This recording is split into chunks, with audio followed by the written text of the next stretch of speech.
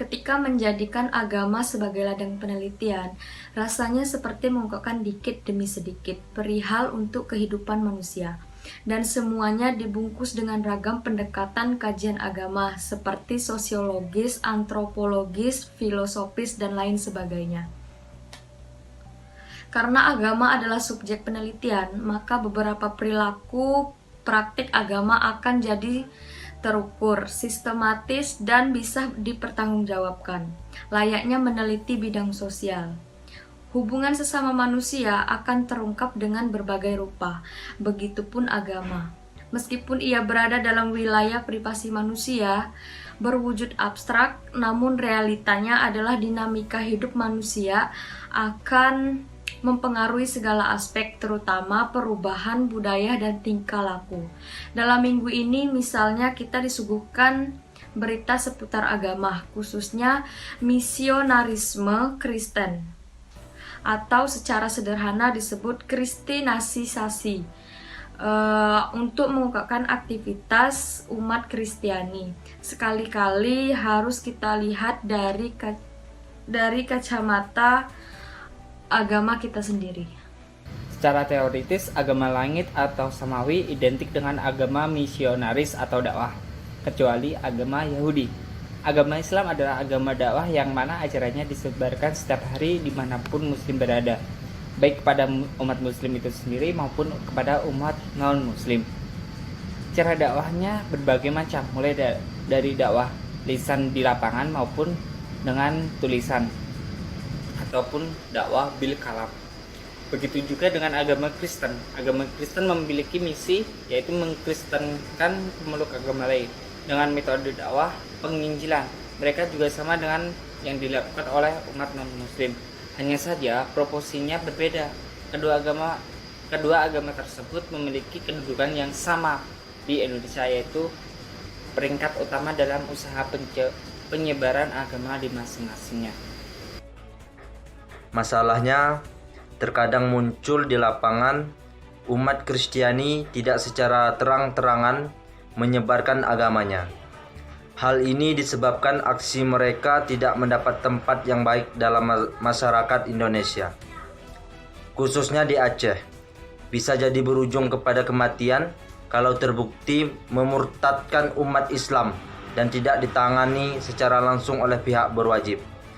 Umat Kristiani masih sangat terkekang menjalankan misinya di Indonesia. Secara antropologis, mereka hanya ada pada sudut-sudut tertentu dalam komunitas muslim. Barangkali karena agama ini tergolong minoritas di Indonesia, sehingga apapun yang dilakukan mereka terkait misionarisme bisa terdeteksi oleh kaum muslim, sehingga ruang gerak mereka terbaca oleh media dan akhirnya diketahui oleh masyarakat.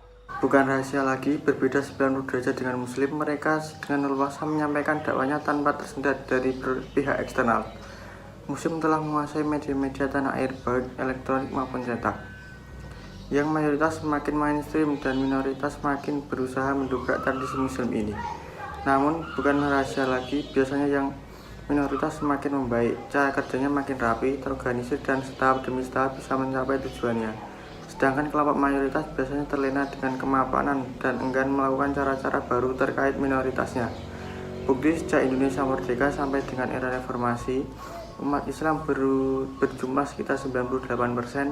Setelah era tersebut berkurang menjadi 86%. Inilah yang dikhawatirkan oleh pemuka-pemuka agama Indonesia. Banyaknya jumlah misionaris Kristen belakangan ini saya pikir tidak terlepas dari jangkauan agama dan praktik kesehariannya.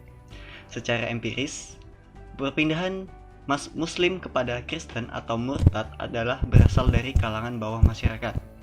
Artinya, mereka tergolong dari orang-orang miskin, terlantar, dan intelektualitas mereka di bawah rata-rata atau orang awam. Mungkin semacam ini sudah lazim kita ketahui.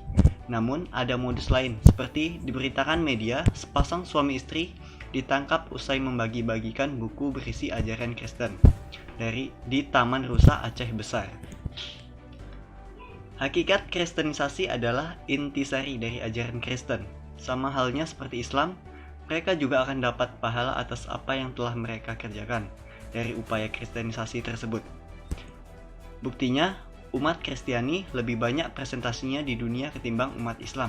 Hal ini terwujud karena mereka telah melakukan aksi kristenisasi secara struktural dan baik.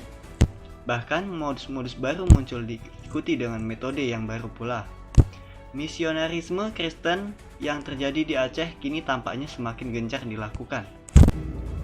Pasca tsunami 2004 lalu banyak muslim yang telah dikristenkan, sehingga bisa kita sebut pasca tsunami adalah masa transformasi kristenisasi massal ke ujung barat dan timur Indonesia. Khususnya Aceh menjadi ladang empuk, di samping karena masih banyak masyarakat kita yang hidup di bawah garis kemiskinan, pengangguran, Aceh masih juga terisolir dari peraturan agama-agama di dunia. Sebab terakhir ini boleh jadi karena banyak kita belum mengetahui esensi Kristen, sehingga tanpa pengetahuan ini seseorang akan beralih kepada agama tersebut. Kondisi demikianlah yang dimanfaatkan penginjil karena masyarakat akar rumput biasanya golongan-golongan yang membutuhkan penolongnya. Mereka cukup antusias mengamati masyarakat-masyarakat yang membutuhkan uluran tangan Yesus. Sedangkan tidak demikian kalau berpindahnya Kristiani pada Muslim, yaitu mu'alaf. Jadi bukan mustahil pada 2050 jumlah persentase Muslim dan Kristen menjadi sama 50-50. Jadi ada beberapa hal yang harus dilakukan oleh setiap muslim, terutama pengambil kebijakan di Aceh, mengantisipasi murtadnya seorang muslim. Tidak hanya dilakukan dengan dakwah penguatan akidah, apalagi dakwah bilisan, yang menurut saya tidak terlalu fokus. Meskipun itu perlu, tapi unsur lain penting juga diperhatikan. Misalnya penguatan ekonomi masyarakat, penyediaan lapangan kerja, dan kesiapsiagaan sandang pangan dan penyuluhan psikis setelah bencana terjadi. Jadi, aspek ekonomi ini sering dimanfaatkan oleh misionarisme karena dinilai lebih meyakinkan, karena pejabat setempat harus memastikan bahwa warganya tercukupi sandang pangan dan papan. Dan merevitalisasi pemuda kampung itu cukup penting. Pemuda yang sudah paham masalah agama itu harus ditempa dengan ilmu-ilmu komunikasi lainnya, dan mereka harus aktif satu pemahaman dengan tetua kampung dalam hal antisipasi perusakan akidah ini. Begitu juga selepas dari bencana alam terjadi, mereka yang terkena musibah memiliki harapan agar ditolong oleh saudaranya se-Aceh dan dari pemerintah. Oleh sebab itu, jangan sampai kita lengah, sehingga memberi peluang kepada umat Kristiani untuk mengulurkan belas kasih tangan mereka. Selanjutnya, tempat-tempat wisata perlu diperhatikan dari unsur-unsur kristenisasi. Tempat wisata boleh jadi rawan permufakatan, karena di tempat ini diperuntukkan untuk umum, dari segala ras, agama, dan manusia, tanpa ada proses seleksi. Hal ini bukan berarti melakukan pencegahan, tetapi antisipasi dari hal-hal yang tidak diinginkan, seperti upaya pendangkalan akidah yang marak terjadi di akhir-akhir ini.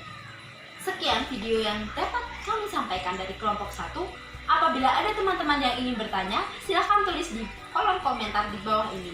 Sekian presentasi dari kami. Apabila ada kesalahan, itu datanya dari kami sendiri. Apabila ada kelebihan, itu datanya mutlak dari Allah Subhanahu wa Ta'ala. Akhiru kalam, billahi fisabilil haq, fastabihul khairat. Wassalamualaikum warahmatullahi wabarakatuh.